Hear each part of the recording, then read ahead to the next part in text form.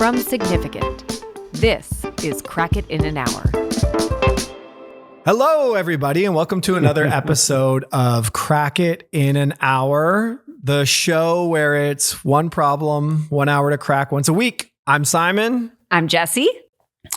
I'm Roman, and I'm going to take it away right now because today is a special day. We have our third guest. Yeah. It's only the Pretty third cool. guest. Whoa, privilege. Yann Caloghiris is here with us. Hello, Yann. Hello, nice to see you all. Great to Nice see to you. see you. Yann is giving us the pleasure of joining us. He's the head creative at Left Field Labs, which is a creative technology partner for some of the biggest brands in the world, I could say. Yeah, well put.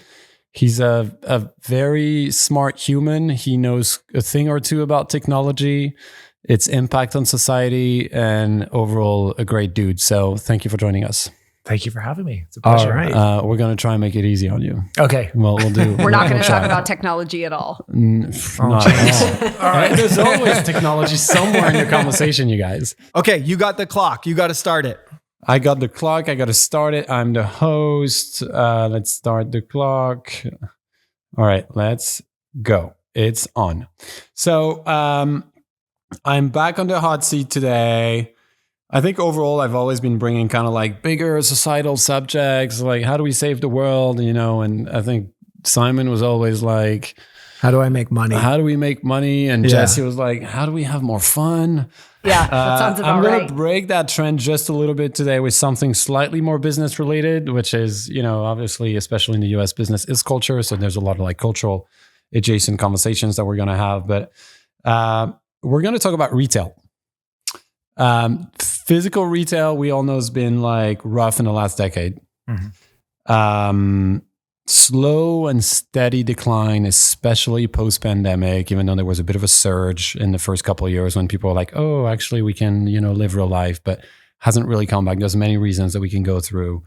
But my precise question is, can the store of the future win us back? I like it. So Wow.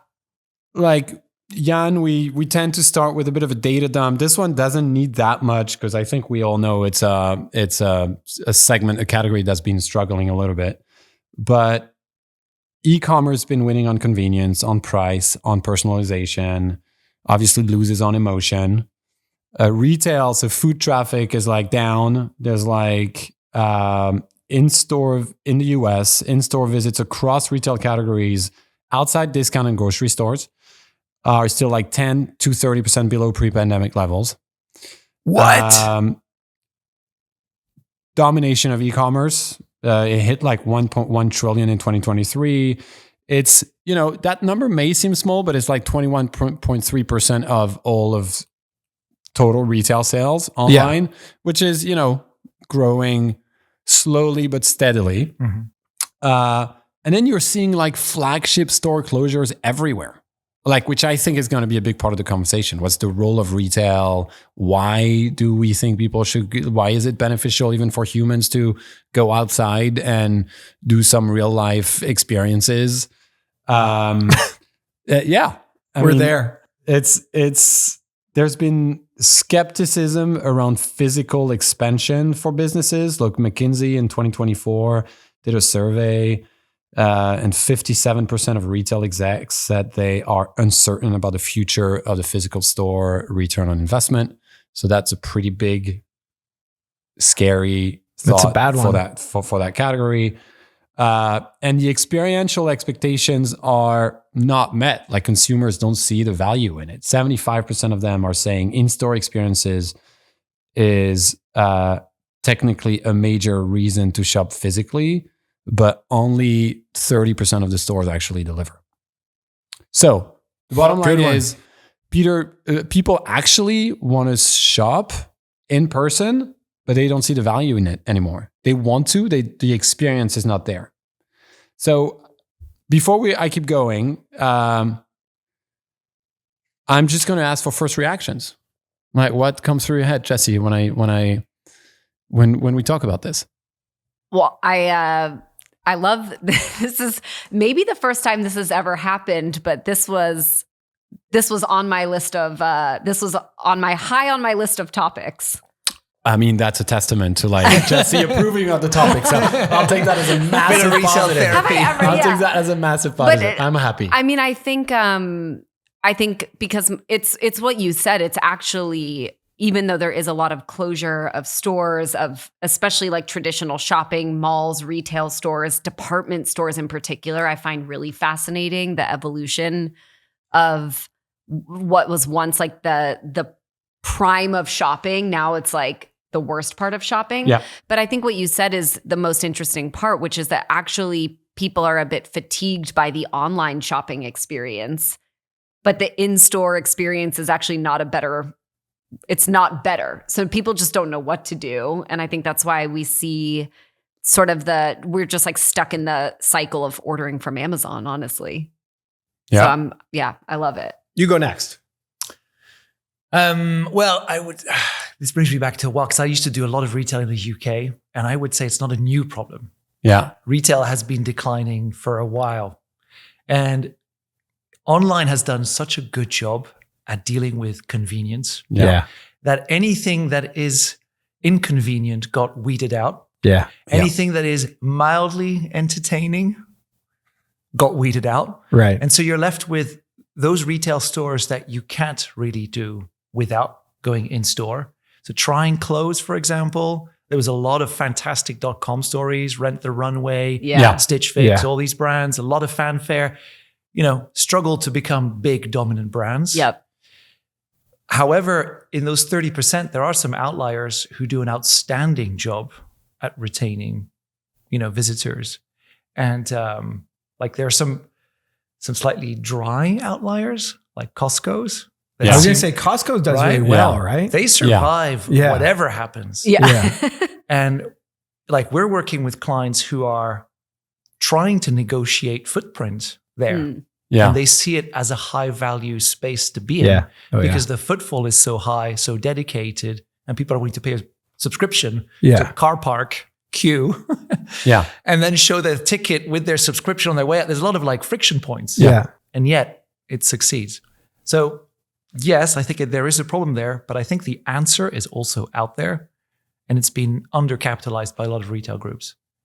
Yeah. I'm not going to answer it better than he did. Yeah. I mean, my No, go ahead. What's your gut?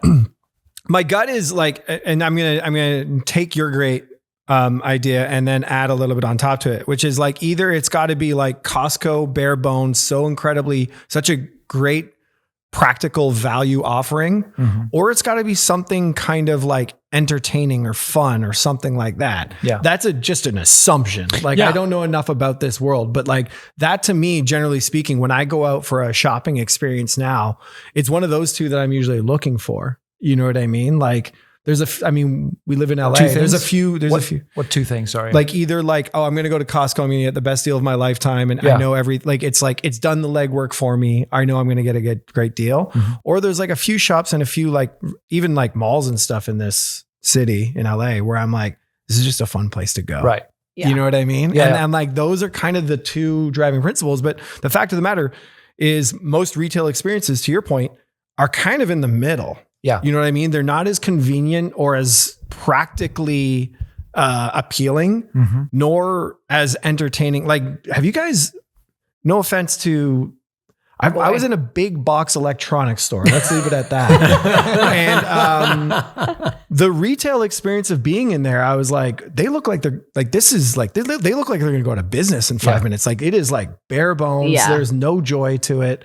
It is like unapologetically like a mess. You know what I mean? And like so many places seem to be like that now. But I think you're already touching, I mean, the three of you on a few things. Like the first one is you can't really compete on convenience. So that should not be a thing you should focus on. I don't agree. Okay, go ahead. Because that's actually, that was where I wanted to go next, is actually talking about what does convenience mean? Because I actually find there is a point in the process of shopping online that is convenient, which is the searching and then the like pressing the button. Conversion. But after, I find the whole process actually entirely inconvenient. I'm waiting for it to arrive. Then I have to try it on. I'm probably at the point, and I mean, retail can be obviously beyond clothing, but I'm just talking about clothes. Yeah. I'm now at the point where, because there's no like, every brand is sizing things differently. Nothing makes sense. You're like, my shoe size varies like all over the map. So I'm like, oh, well, I don't want to have to then return and then order another. So I'm just going to get 2 versions of this thing. And then you have to return it. And I know that there's data out there. I don't know if you pulled it, but I know the amount of people who don't actually return the stuff. I'm sure the amount of money that people lose because they're just like, I can't be bothered to return it. I don't know. I find I hate online shopping specifically for clothes, but I find it really inconvenient. That's a hot take. I get it. I get what you mean, because it's true. Like literally, I have like an example that happened to me literally this week. But it's in another market, because I think the US are doing really, really effing good at like the process, the convenience. Like it's getting better. Of online. Yes, it's getting better like every month almost. It's like suddenly you have, right now I get my whatever UPS drop off in my Apple Wallet code, and I don't need to pull up an email or anything. That's literally the first time I did it. Well, last week. It's probably been around for a bit, but you submit every time there's like a tiny bit of incremental innovation that makes it easier, especially in the US. But what you're talking about still happens in many parts of the world. I ordered a pair of sports shoes for my kid who's in Europe, and it got there 4 days after it was supposed to get there, and it was too late. His sports camp already started, and the shoe was no longer necessary. And then returning it's going to cost $12, and blah blah blah blah blah blah. And yes, and then you get in the hassle of not that convenient. But generally speaking, I think in the US, the progress and innovation in the convenience aspect of online shopping has been like amazing. I don't know, because I think also, I mean, yes and no, as always. Yeah. But I feel like there was a period of time, and I wish I could actually map it, but I feel like there was a period of time when online shopping was booming, that customer service really became important. And it was like a differentiator. You know, brands that offered free returns, and they would cover the cost of shipping. And then I think as online shopping became the primary version, you saw companies walk back from that or make it really, really hard to actually contact somebody if you have a problem. Mm-hmm. So like, I feel like it's a lot of masked convenience, honestly. Yeah. I mean, it's all great if it goes well. No, I think if you buy the thing and it shows up and it fits and you love it, boom, most convenient thing of my life. I think that's fair. Only the big ones who could afford like to do it, did it. And the other ones, if you want to shop like in a smaller place that's really interesting, then I can't contact anybody. Totally. Yeah. Have you ever, my worst online purchase experience was I bought a carpet I didn't like. Oh, forget it. Oh man. Forget it. You're like, cause like the box it comes in, you can't fit it back in. And then you gotta like fold it all back, and then you gotta like duct tape it. And then they're like, we'll only recover $20 of the return shipment, but it's like a $200 return and shipment. And it was a $150 rug. Yeah, exactly. I was like, this is the worst. Yeah. I have an inflatable canoe in my garage also. That's not going back. That's a good one. All right. So what do we think? Sorry, go ahead, Yann. I was going to say, so I think you made an interesting point. It's, to use like a retail analogy, right? It's like using perfect fit, right? It's what part of the retail shopping experience is home digital or at work digital versus a space? What is the right fit for purpose in that customer journey?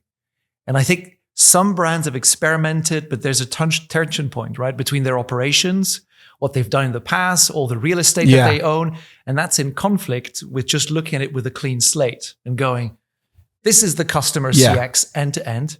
Here, it's best suited online. And here, it's best suited in person. And I think that few brands are starting from zero, from scratch.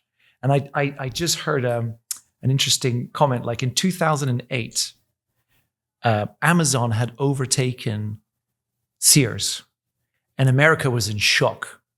They were like, how is a book-selling company worth more than Sears? And it was so crazy that Berkshire Hathaway said, you should invest in Amazon at that point. If you bought a share, if you bought 10 grand then, it would have been worth 16 million today. Oh God. But what's interesting with that is Bezos did a really impassioned speech. And what he basically said was, I'm selling books because books are roughly flat pack. They fit in a box. To your point about the carpet, they're easy to. And so what I'm doing is I'm learning about the ecosystem of packaged goods and convenience, and I'm working my way backwards, item by item. Wow. And he made that pitch, and he was trying to convince the world they didn't buy it. They still thought the world are still going to go to Sears to buy anything other than books. Yeah. And it's funny how today it's like still, I think top 3 most valuable brands in the world. Yeah. Yeah. So I think the model hasn't been disrupted yet to satisfy what you guys are talking about. Well, I love what you're saying, which is it's not, I think in many categories, we think about either translating the offline experience online or translating the online experience offline versus how do you actually use both of those things together, but for the right value. Like you don't have to do the whole thing in each place. I think my best example of that right now is I actually find it really interesting when there are certain, again, I'll use clothes as an example, but online only retailers that I find really interesting that have then opened a pop-up store. And then I'm like, great, I'm going to go to this store, try on a bunch of stuff because now I'll know at this store, oh, those things, their shirts fit me a little small, the pants fit me a little big, this is my size, I know this store is going to go away, but once I've experienced it, I have a much more confident sense in how I want to shop online. So that's just like one very basic example, but I find it really interesting to utilize the pop-up as a way for you to have a better online experience than 100%. over time. So I think that's super interesting. Can we unpack a little bit what you are looking for from the physical experience? Like, what do we think people want from like the real life thing? Product interaction. Okay. Like, I think that's why the Apple Store succeeds as well. Like it is your first place to go and actually play with something. And I think that's like one thing for me, at least with the Apple Store, that why it succeeded is because like even when you go to a lot of other electronic stores, they kind of gatekeep the product a little bit. You know what I mean? Whereas that was like a place where it's like, here's a row of 20 iPhones. So you can just see what it's like to play with this iPhone. I thought that specifically was something that I was have another helpful. take, but that's a good point. I mean, on your pop-up piece, pop-ups are a great way to experiment. I mean, we've done a lot of pop-ups in the role that we take, where we bring technologies that they're not ready to deploy, but they pick footfall areas and try something. Yeah. I'll just put one example because I think fit is a really good one. Product interaction is another one. There's also something in the middle, which is kind of diagnosis. Do I know I need this? Is this the right thing for me? I might need a product expert, something like that. Yeah. I don't know if I can mention a brand, so I'll be curious. Yeah, go ahead. You think? All right. Well, so about, I think 6-7 years ago now, Avida had one of its very established brands that had a challenge. They came to us with some Instagram posts that I think a lot of the industry was very concerned about, because in the Instagram post, the influencer had put a button and you could buy their product directly, effectively circumventing all the retail spaces. Yeah. So you could see a Kim Kardashian try the lipstick and say, this is something. Yeah. Buy now, direct. Yeah. And so that was a major concern because, you think a lot of women like to try makeup in front of the mirror and they want the photographs, the cameras and all that stuff to be a part of the experience. But there is another piece of it, which is the products that are more akin to like on the health and wellness space. So we built a pop-up for one of their brands that had AI hair and scalp diagnostics. So you would step in, right? It would take you, for most of us who haven't seen our scalp up close, it's very disturbing. Pretty gross. Yeah. So you do it in a private space and it feels like a spa and there's lovely music and stuff. And then they show you this gory picture, but they tell you It's okay. We can make it better. These are the products to try. Take those samples. Hook, line, and sinker. Exactly. Yeah. And then Yeah. then you come back and there's a repeat behavior that's baked in because we show you the picture. Suddenly it looks smooth and it looks healthy and clean. And you're like, oh my God. Yeah, You but know, what do I so- buy next? Yeah. But so that's where I wanted to go, because I think the product, what did you call it? The product Product interaction? Product interaction. Yeah. I think is baked into a bigger thing, which is the overall experience. Like, and actually there's some interesting data showing that the Gen Z is actually enjoying physical shopping, retail shopping more than millennials, which kind of makes sense. That totally Because makes millennials, sense. like, we grew with like, Yeah. oh, the innovation is online shopping. Yeah, I'm going to totally. jump on that train. And we Yeah. stayed on that. Yeah. And then, but Gen Zers are like, Wrong I nerds. need to, I also want to disconnect. Literally. Yeah. This Yeah. is something that comes up. Yeah. And so it's more of it's the goal probably isn't necessarily to me as much set on I'm going to buy that thing. No, I But agree. I'm going to go and have a good time. I'm going to play with it. and so if I'm check going to go stuff have a out. good time, then suddenly the role of the physical space is different. I am totally in that. Like, I am not a big shopper. I don't buy a lot of stuff, but I really do like a really well put together store, a really well put together, like, there's a few like malls here, even frankly, Yeah. that like, if I go through that and I'm like, what, I genuinely enjoy that. And like, I am a sucker for like good merchandising where I will make like an impulse buy if I'm like, oh, this, you Yeah. put it together, Yeah. a nice package here. I want to be a part of this package, sort of thing. So I totally buy that. I do think, I mean, this is in line with what you're talking about, but I think there's something to learn from, I'm completely blanking on the name of the really popular one. That's like it's like a game kit, like a kid's game store where everything is like, you can just like literally play with games. Mhm. Like they're puzzles, board games. There's one at Century City. Yeah, what's it called? I think Walmart bought them, right? Or took a Oh. majority stake. They started in New It York. almost looks like a camp inside. not Yeah, that's it. Camp. It's actually called Camp. Camp something. It's probably called I just I think Camp. it's called Yeah. Camp something. You You're see what I right. mean? It's at Yeah. Century City. Like, Yeah. yeah. That's not the one I'm thinking of, but Okay. yes. But like Yeah. but yes, exactly. Like Yeah. I think there's something I mean, obviously games play, right? It's a natural fit for the products they're selling. But I've always loved walking into like there's a couple things happening. There's the product interaction that you're talking about. It's fun. It's like touch any, literally Yeah. think about all the stores that are like touch nothing. This is like literally touch everything. There's sand over here you can play with. You can open up this thing. Usually, you know, they have interesting card games that they're selling and there's usually an expert in the back. Right. It's like, Yeah. I'm teaching this game. Yeah. And Yeah, you're like, yeah. oh, that's fun. Yeah. I'm learning to play this game. Oh, I see. Or there's a group back here playing. I think that it's so much to what you're saying. It's not the goal. If the goal isn't purchase, I think it becomes really interesting as a third place, as a discovery, as a fun. I mean, that's what the mall was in the very beginning anyway, was sort of that third place experience. I don't think it has that often now because most of them are sad and desolate and who wants to hang out there. I know we're sort of in a different malls in LA are different because that's like a place people actually do hang out. Well, they're built that way. they're but- also destination retail experiences, right? Right. Like there are people But who will fly to this city to shop. right. you But know? in most other parts of this country, Yeah. the mall is looking But rough. Yeah. but the mall at Grim, the same yeah. time, I thought, like, you'll have to tell me because I spent most of my life in Europe.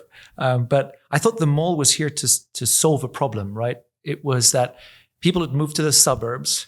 And so they'd lost what they had in the city, which was a place, a third place, a center of community. Yes. And so the mall was trying to reclaim that. Yes. So it was kind of shopping adjacent, right? The main point of it was Exactly. Was there's nowhere hanging else out. to go except for each other's backyards. So we need to build something to compensate for that. And Yeah. and then what happened, because it was basically it replaced Main Street. Like Yeah. Main Right. Street everywhere. Every Yeah. place in America has a version of a Main Street, Mhm. the shopping strip. The mall replaced that. Then as malls started to decline in a lot of cities, especially like up and coming college town cities, started building main streets. And that's where you saw this sort of, there was a bit of an, I mean, I don't know the data, but maybe a little bit of an uptick or resurgence in sort of the mall, but it was like manufactured main streets that were in these sort of suburban markets. Yeah.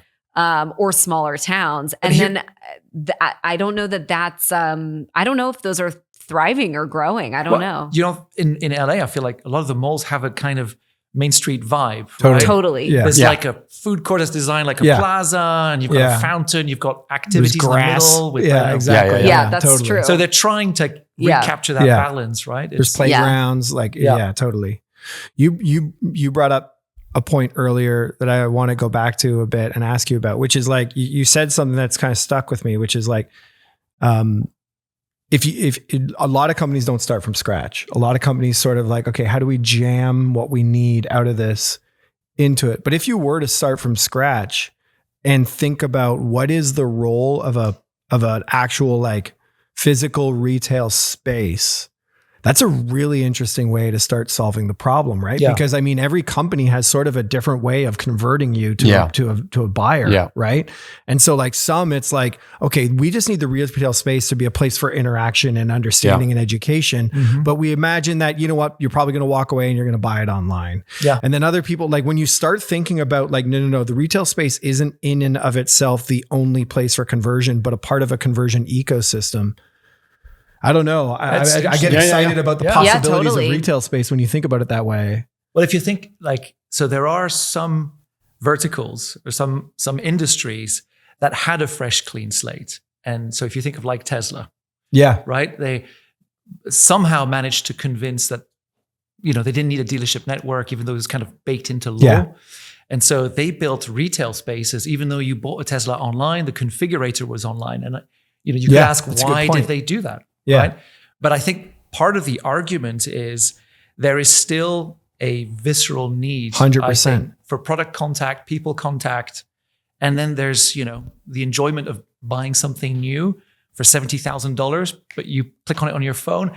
I feel robbed of something. Do you not feel that? Yeah. It's like, totally. It just poof, it just appeared. Great. But did I miss out on something? Where's the ta-da moment? Yeah. You know? Where's the confetti? discovery. And No, where's totally. I don't know. I think the confetti is in the simplicity on this.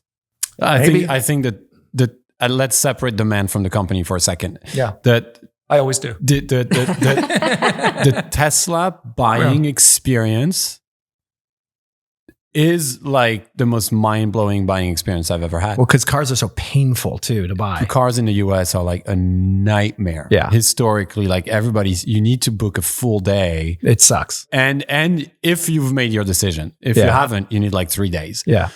But you literally, it takes you like 35 minutes and then the car shows up in front of your home. Like, and I'm not saying I never want to interact with humans again, but not interacting with like car dealers is pretty appealing to me. Like, Car dealers, yes. And so that was, I think, why it was phenomenal. Yeah. Like, and then I got like with the small Tesla and I got it years in. So I had experienced it many times because many people had it. You see what I mean? Yeah. I didn't necessarily need to go like to Century City Mall and experience the car and blah, blah, blah. Though I still think the showroom model for Tesla is genius. But I think the simplicity, the confetti was in the simplicity. Well, maybe that's because Tesla has become a commodity, which might explain in part why sales are down. It's not perceived as the shiny new thing. That's cool. Think of like Ferrari, Porsche, all these big brands. They have an amazing model. You can have the car delivered to your house for MSRP, or you can fly yourself to their factory, get a tour, pay extra money, and then drive the car back yourself. For extra money. And somehow that's seen as the more premium experience. And that's worked for years. I think it's again back to what's the right fit. Yeah. You know? That's so good. What's the product? Why are people buying it? And then what's the right fit experience? What do they need? I know my dad did this once, and part of the thrill, I mean, you know, you're buying into such a community and identity, there's so much that's at play beyond just the product itself. But I remember he got to literally drive the car off the factory floor, like from inside the building to the outside. And that it's like, it's like, in what world would you ever get to do that? And I think it was feels like a once in a lifetime yeah, experience. it feels like a once in a lifetime Unique. experience. Connects you And then to you the feel you're car. part of this club. Exclusivity. Yeah. I have another, I don't remember the exact question you asked before, but The first one? No, what led to sort of the conversation about product, what did you call it, Simon? Product Interaction. Interaction. But I remember one of the things that popped in my head that I think is changed in most retail is people who, like, if you think about retail in its heyday, the workers, like retail workers, were a big part of the experience, especially again in clothing shopping, like helping you pick out items, helping you say, oh, that doesn't work at all. You should try this. You should. Right. It was literally, it wasn't just standing there to keep the space clean and then check you out. And I think there's a lot of reasons that's changed, but it's become, I think, an undervalued role in the workforce. I think it's underpaid. So you get a lot of, these are kids in high school working retail jobs.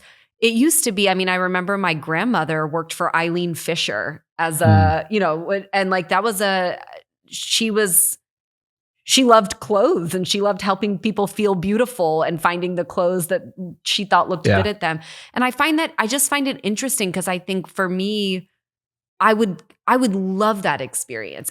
When I ever have the rare moment where I'm shopping for something and you just like find a great worker who's like, oh, that looks amazing on you. You know what you should try? I'm like, I'll buy everything. Sephora does that. Well, Sephora's great at that. Yeah, they do that well. But I think one more thing on that point. Sorry for interrupting. No, go ahead. Maybe you were not done, but I remember when I was a kid and I walked into like stores with my mom, and I'm not saying like Hermes. I'm saying like just buying like a pair of jeans that were not $400. People would call my mom by her last name. Yeah. And I was like, as you said this, you talked about your grandma experience. I was like, oh God, I haven't experienced this in like forever. Mm-hmm.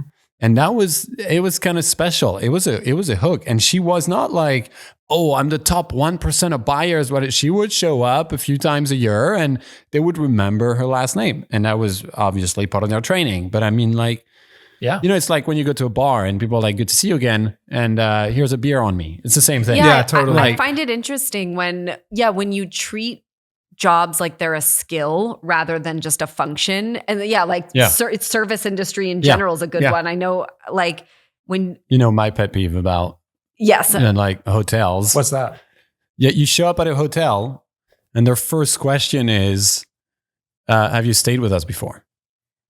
I'm like, how do you not know? How do you not know that? Restaurants do like, that. They all do. How do you not know that? Yeah. Like, you see what I mean? But and it drives me insane. And sometimes my answer is yes, about 16 times. Yeah. Like literally, we used to go to the same hotel in New York for years. Yeah. Like every 2 months we were there. How do they not have a CRM? How do they not know? Exactly. Guys, is it a data privacy thing? Yeah. Come on. No, they have a CRM you send me emails Yeah, every I'm week. getting Like, surely emails you know in my I've been spam here. folder. So Yeah. exactly. Yeah. So anyway. But also remember one time, the three of us, Simon, Roman, we were in Boston and we went to a bar. Yeah. And we ordered drinks. And the next day we walked into the same bar because it was right by the hotel. And the server freezing.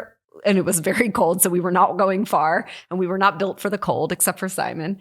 And she literally was like, I'm from Canada. yeah. And she was like, oh, one Guinness, One Guinness, vodka a Tito's soda, and a lager. and we were like, yeah. oh my God. Yeah. Wow. You And must have made an impression. Yeah. No, but I mean, on that great. note, just not to spend too much time on this. It's actually, I mean, it's part of the retail experience. It's hospitality, but that's why we go always to the same pub here with my friends. Right. Is because Everybody frankly, knows your name. I'm gonna be a bit of a D on this for a second, but there is Trying to make it a family-friendly European podcast. hospitality versus American hospitality are two very different things. Agreed. There But is I a great guess bartender the at that They point- bar. struggle here in the US to have that feeling of like making you feel home and welcome. like you're a customer. You're not like a yes, a but guest. this You is, see what I mean? But this is why I don't think it's too much of a tangent, because why doesn't the retail industry think more like the hospitality industry? Yeah. And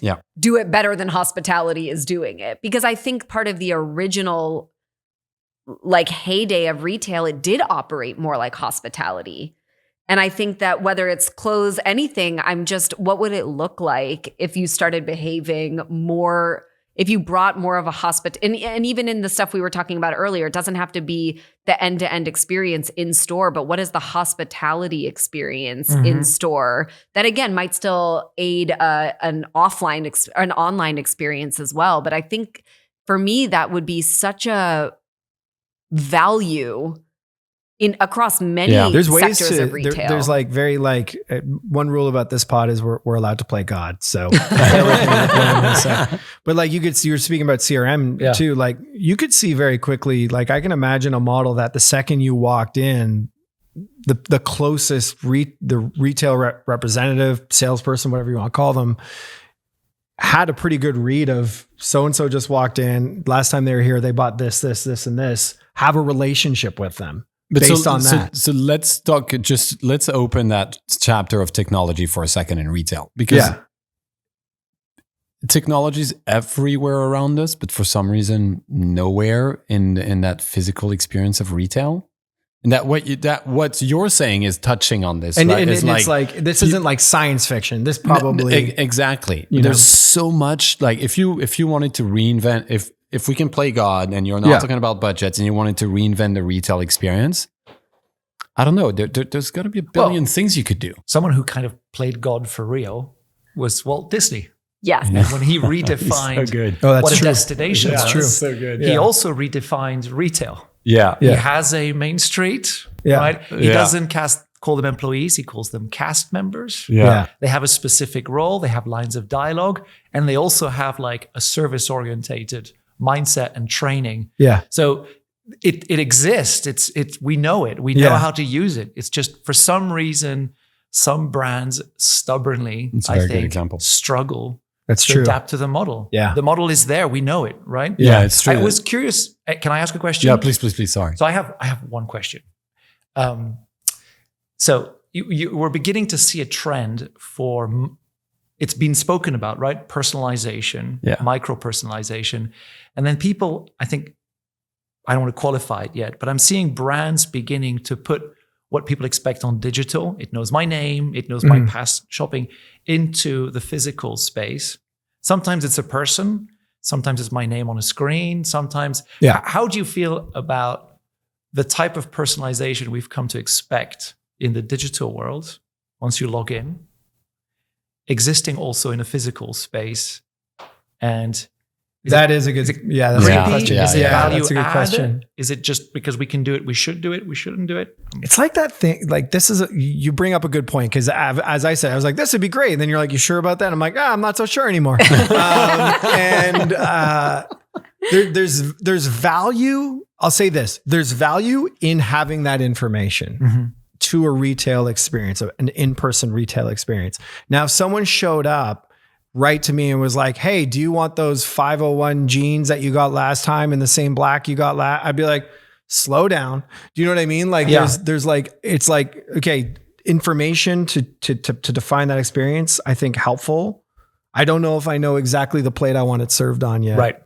I feel that's a good one. I have two answers to it, because I think if I felt like, in general, my answer is actually yes. It's a positive. It's a positive. Yeah, I agree. But I think I would want how you described the scalp inspection, private personalization. Right. I would want it to exist. It could exist in a public space, but I would want it to be, for example, I'm just going to keep going back to clothes.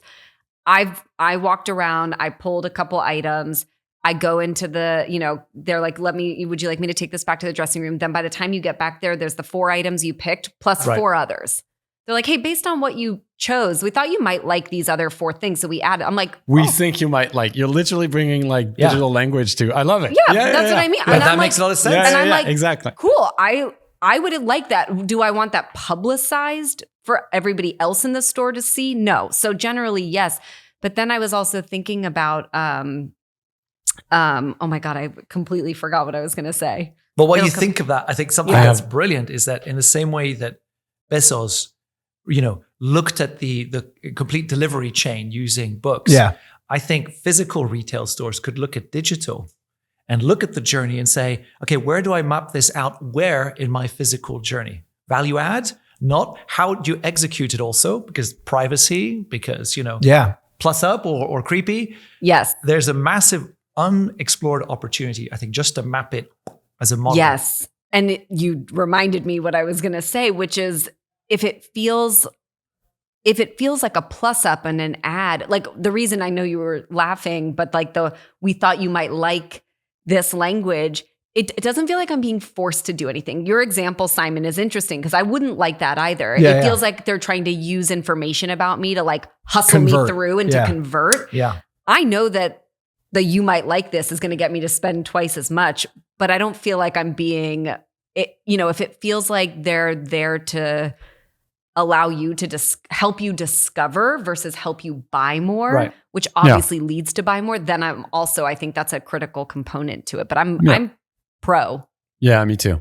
No, the reason I was laughing is the hospitality analogy to your appetite for private personalization is like when you showed up at that bar in Boston, the person didn't say, "Hey, do you want those 6 vodkas like last night?" They said, Roman, don't expose me. They said vodka soda. Like it's the same thing. exactly. And then we come Yeah. to you and be like, "Oh, like you're Yeah. interested in jeans and not like Yeah. No, it's I'm true. messing with you. You don't Yeah. have 6." Only 5.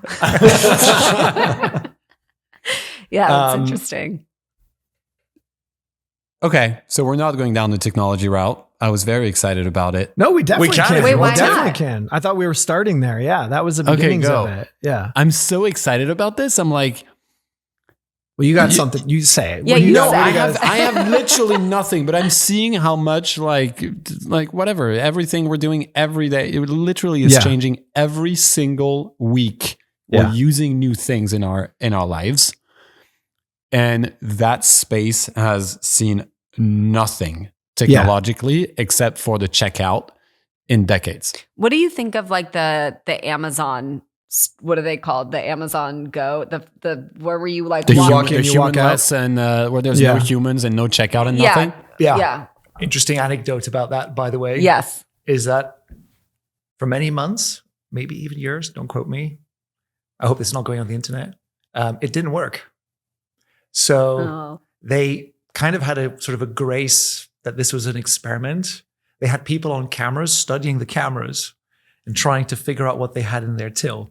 So the model didn't work, and they needed a very complicated, highly trained AI with crazy supercomputers to be able to analyze all that data and get it across the line. So I think what they were doing was kind of your pop-up model. They were trying to go, can we bring that retail? Yeah.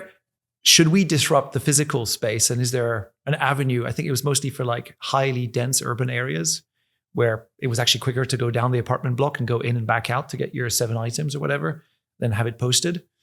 But the technology didn't work. They were trying to see if there would be Interesting. social adoption for it.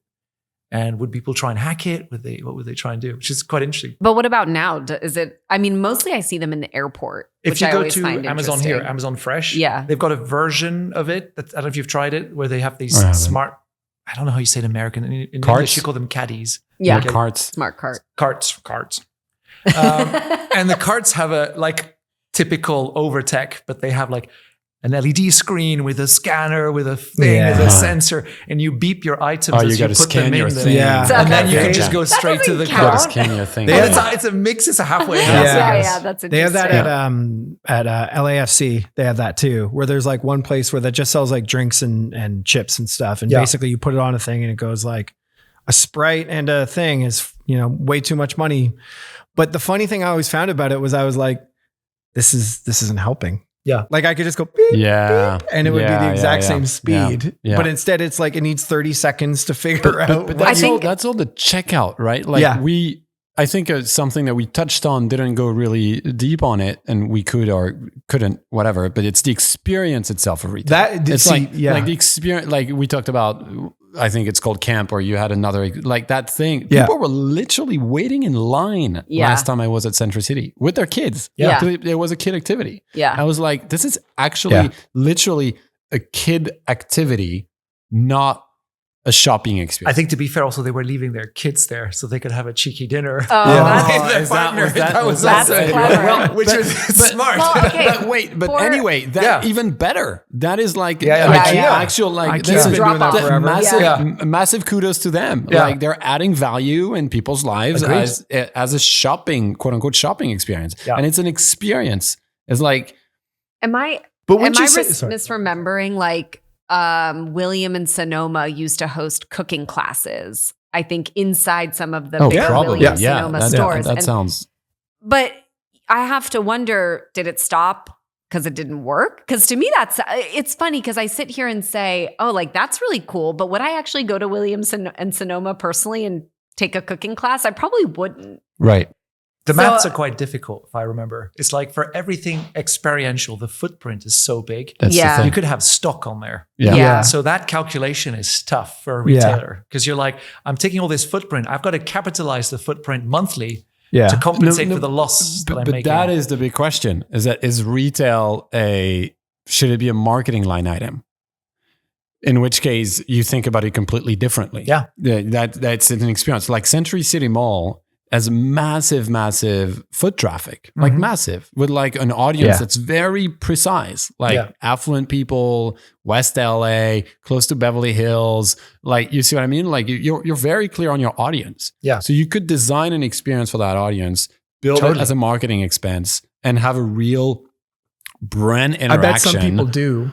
Yeah, I'm sure some people do because it's such a nuanced conversation because like the more I think about it, you're right. Fundamentally, it comes down to experience, right? Like if you are going to be somewhere in person, it comes down to experience, and experience can mean different things, and you can find different value from different things. It can be the feeling of someone caring about you. It could be the act of playing with something. It can be all sorts of different things.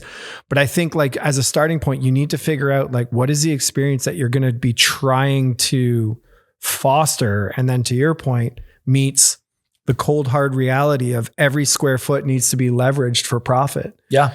I've got a oh, we don't finish. Sorry. No, go ahead. Sorry. I have a technology horizon to suggest that I think is going to be really disruptive in retail. So you've probably seen the Meta glasses that are on version 2. The Ray-Bans. Ray-Bans. Yeah. They have arguably not the best model, but it's still a large language model. Yeah. The conversation, the mics, the built-in technology is pretty good. If you've tried them, it listens to you, it can hear you even in a busy space. The cameras can also see things. So I think we're at an event horizon for retail where a co-piloted retail experience is on the near horizon. Where, and there are apps that have tried to do that. These things that read the back of a packet and tell you if you're allergic to it. So there are some people for whom this type of tech is life and death, right? Yeah. Does it have an item in here that could cause me to have my allergy, right? Particularly when America has 73%, I wrote as a stat, 73% of food in America is super processed or ultra processed. Awesome. Great. Yeah. Good. Which means that aside from America, there's something like 22 countries that don't even qualify it as food. That's how bad it has got. But anyway, that's beside the point. The point is, I have a fun anecdote is what about happens when we have a co-piloted experience where we have a guide with us at all times that has access to the internet, that sees what we sees, that we can ask questions on commands, that can prompt us in directions. Yeah. And then on top of that, you add the potential for this XR thing that everybody's been talking about, where there's now a digital interface permanently in front of the retail space. So I may even choose to have a partner curate what I see if I feel that what I see is not what I want to see. Wait, what? Can you expand? What's the digital interface in front of a retail space? Like if you imagine XR, right? People are already talking about how architecture is going to change. It may be in 10, 15, 20 years for our kids. Yeah. When they wear for a significant part of their day spectacles or something else that permanently has a digital interface over the physical world. So you might use it, the most common use case might be just navigation. The second use case might be just beautification to your own tastes. You know, I live in a block, but I want to live in a jungle. You know, maybe it's also about showing off. And so I will wear my avatar while I walk downtown, and friends might see me in my avatar. Right. It's kind of very future out there. But the near-term stuff is a co-piloted experience where I'm speaking to someone who's super smart, think Jarvis, right? Yes. And I'm shopping with them. The next one up is super smart plus signposting that's virtual. Yeah. You know, and maybe some experience moments. And then the far is a completely blurred line where we don't tell the difference between the two. And I think that's where CRM plus AI plus all these technologies plus 5G suddenly start to explode and make sense, right? Yeah. And But I'm curious, how do you think that that's going? I'm seeing that as a massive other disruptor that's just about to burst, right? I think with everything, you'll have a divide. Because I think some people, you know, with all things technology, it's not even a proper divide, because I think the same person can exist on both sides of the coin. But some people want more tech in their lives and some people want less. Some people are trying to go for more intentional. I think what's actually true is people want more tech in certain aspects of their lives, and then there are aspects in which they don't. For me, it's a social experience. So when you talk about the avatar version, I'm like, okay, I could get there if you maintained the social component of it, of being in a physical retail space. But if it's just furthering your ability to exist in your own world by yourself, I mean, this my personal point. Yeah, but that's what do you mean by social here? You're talking about just being surrounded by like humans, or you're talking about actually interacting, having conversations having conversations. I mean, with mostly like people who work in those spaces. Anyone. Right? I mean, I know I'm speaking about myself, and I like talking to people, and I like engaging with people. And I like going. You know, I think shopping in any retail space, it used to be a very, like, you rarely did it alone. Yeah. You would go either with friends. With friends, with or your parents. With your parents, you bring kids, you know, and then you're interacting with and it's funny because you see the benefits of what you're talking about, but at the same time, and I think humans are full of contradictions. That's what makes humans interesting, in my opinion. At the same people who are quite interested in what you're talking about are also saying, like, we need more human interaction. I'm craving more, like, in a more intentional relationship with technology. And so I think both things are going to be true at the same time. And it's going to become an interesting, maybe it's back to what you said at the beginning, which is the relationship between that and the online world. Does it eliminate the online world, or is it an experience that you can turn on in retail to help make the online experience even faster and more convenient, but then you kind of turn it off? I don't know. I mean, it's wild. I like it. It depends how it's done, right? Like, because like to your point, like my skepticism always with wearables is just the friction of wearing a wearable. It's just like, if there's something that I also like, I might be a little bit traumatized from living in San Francisco during the heyday of Google Glass, when people were literally getting punched in the face for wearing Google Glass. So I'm sorry that happened to you. It never happened to me. It never happened to me. But I was at a few support group. I was at a few dive bars where I saw it happen to other people. I was like, whoa. Note to self: don't ever wear a wearable. Yeah. Like I could see a way you could pitch that as being really cool. Do you know what I mean? Like if you were like, hey, we're going to make a retail experience where this is sort of like one part retail experience, one part video game, one part sort of like interactive sort of explore. And it's not even like, we're going to sell stuff here, but you're going to purchase it almost the way that you would through buying stuff on an online, like Fortnite. You know what I mean? Like, I'm like, oh, that's, I think you hit the nail on the head. Interesting now. You know what I mean? It's a generational thing. Exactly. Right? Because we're shopping with expectations. You said, how does the hotel not know me? That's an expectation that probably has been set inside of us because we shop online. Yeah. And if you think of our kids, you know, the Gen Alphas, their most enjoyable retail experiences by a long shot is when they're shopping in Fortnite or Roblox with their friends. They're buying some stupid skin. Totally. Yeah. and then they're showing it off to their friends. Yeah. That is the most rewarding, satisfying retail experience. Going to buy shoes, it's on par with going to the dentist for my kids. Yes and no. And teenage girls. Maybe teenage girls. Yeah. But I have 2 boys. That might explain. Yeah, and I have a teenage girl and a boy and another younger girl. But the teenage girl, like they actually, it reminds me. Not only do they dress exactly like our friends dressed when they were like 13. I know, it's crazy. They enjoy the same things, except obviously for social media, which we didn't have. But going shopping together as a group of girlfriends is a thing the same way it was. Goes 30 back to our years ago. hunting, gathering. It's Yeah. And it's a social experience, to It your is, point. yeah. That's what it is. I mean, I We're never get hanging out. the We're thrift hanging out. store. Always blows my mind. The what? The thrift store. Yeah, There's yeah, a store in yeah. America called K's something, where you go in and I never know what it's about. There's buckets with loads of clothes and there's like stuff that looks sort of secondhand, but it's not. I forgot what it's called. The one in Kmart, not Kmart. the one in Mar Vista, like the one. Yeah, it's like it's a shop where you can buy furniture and clothes and all sorts of stuff. Is it used or is it new? No, it's new. Okay.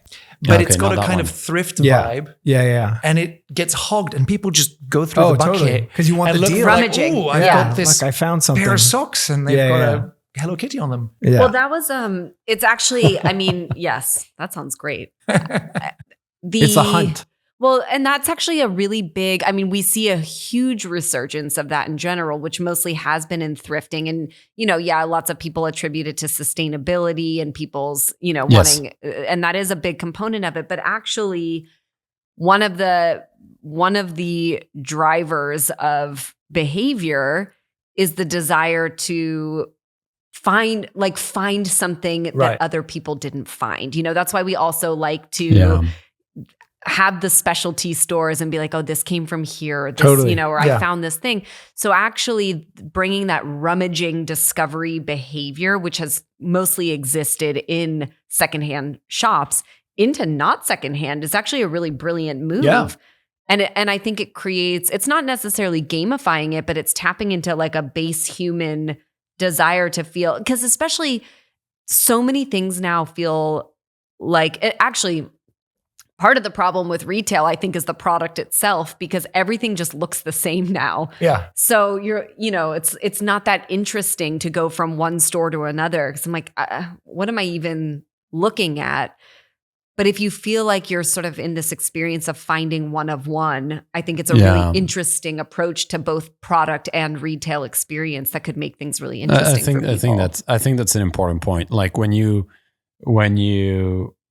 whatever, I'm going to be again the old guy talking about like what it was like 30 years ago. But if you grew up in France and in Paris and you go to London for the weekend 30 years ago, it was a completely different experience. Yeah. If you go to New York, it was like another planet. Oh man. And Totally. don't even talk about Japan. So today you go to LA, New York, Paris, London, it's the same brands everywhere, except when you have like, you got to get in like a really niche, right? You got to go on La Brea. You got to go like in Paris, you got to find your local things, which most people will not. It's not that easy to find anymore. No. The local flavor isn't that easy to find. And I think that's a big component. And for example, what if, because, I don't think the answer is going to be, I mean, just a bunch of small stores popping up. They're never going to be able to compete. There's no business model There's there. no business model there. But what if every large retail space had, instead of a sale section, which sometimes feels like the discovery section right now, like you go to the sale section and you're like, oh, but if there was sort of a discovery section. So let me give you an example of that, which many brands are now doing. We traveled to the Middle East earlier this year for business. And I was literally at the airport. I've never bought anything in my life at an airport.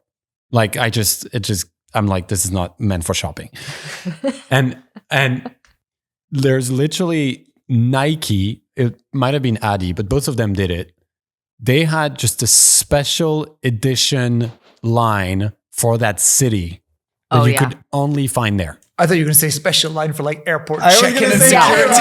No, sorry. Airport shoes. Line of clothing. I want one of those. Special line of clothing. I'm like, oh, damn. They're like Guardia Nike special. I cannot find that t-shirt anywhere else than here. Well, I So bought it. you know who I else bought it for does my that?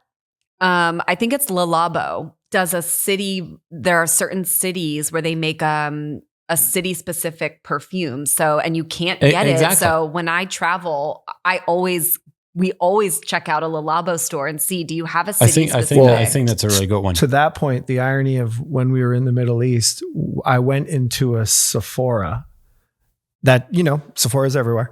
And I literally, I FaceTimed with my daughter and I was like, tell me the stuff that you can't get where we are.